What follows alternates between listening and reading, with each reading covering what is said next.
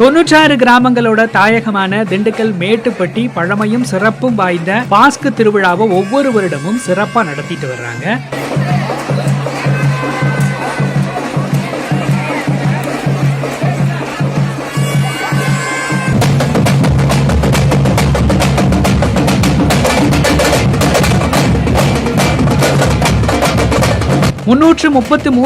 ஆண்டு பாஸ்கு திருவிழா நடந்தது. அதோட ஒரு பகுதியா உயிர்த்த ஆண்டவரினுடைய ரத பவனி நடக்கும்.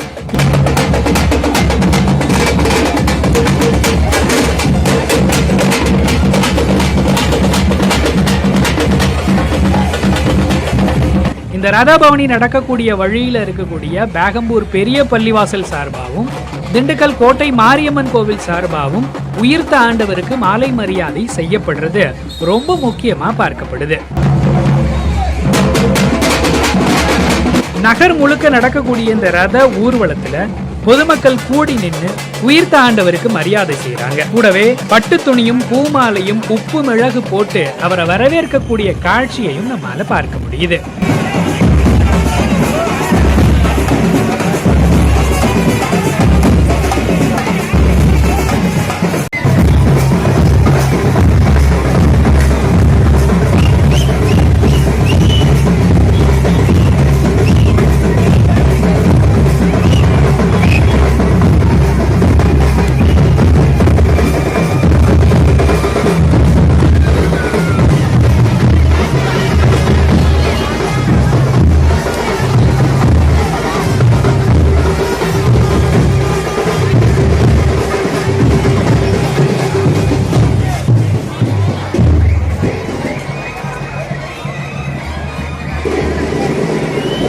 இந்த ரத பவனியில உயிர்த்த ஆண்டவனுடைய சொரூபம் தாங்கி இருக்கக்கூடிய ரதம் முன் செல்ல, பின்னாடி புனிதர்களுடைய ரதம் வரிசையா அணிவகுத்து வந்துகிட்டு இருக்கும்.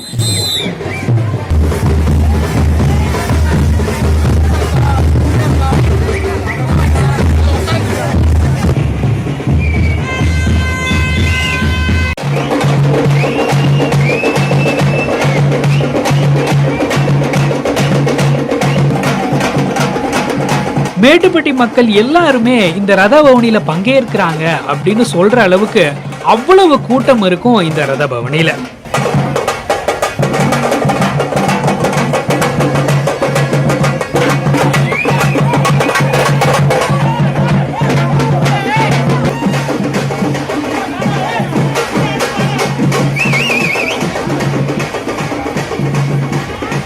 டிராக்டர் இல்ல இது மாதிரியான எந்த விதமான உபகரணங்களையும் பயன்படுத்தாம தவக்கால விரதம் இருந்து மக்கள் தங்களோட கைகளாலேயே இந்த ரதத்தை நகர்த்திட்டு போற காட்சி மெய் சிலிர்க்க வைக்குது.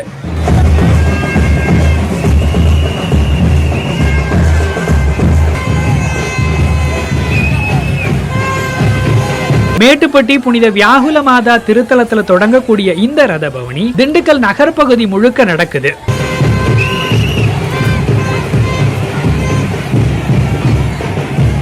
பழமையும் சிறப்பும் வாய்ந்த இந்த ரத பவனி இப்போ 333வது ஆண்டா தொடர்ச்சியா நடைபெற்றுட்டு வருது.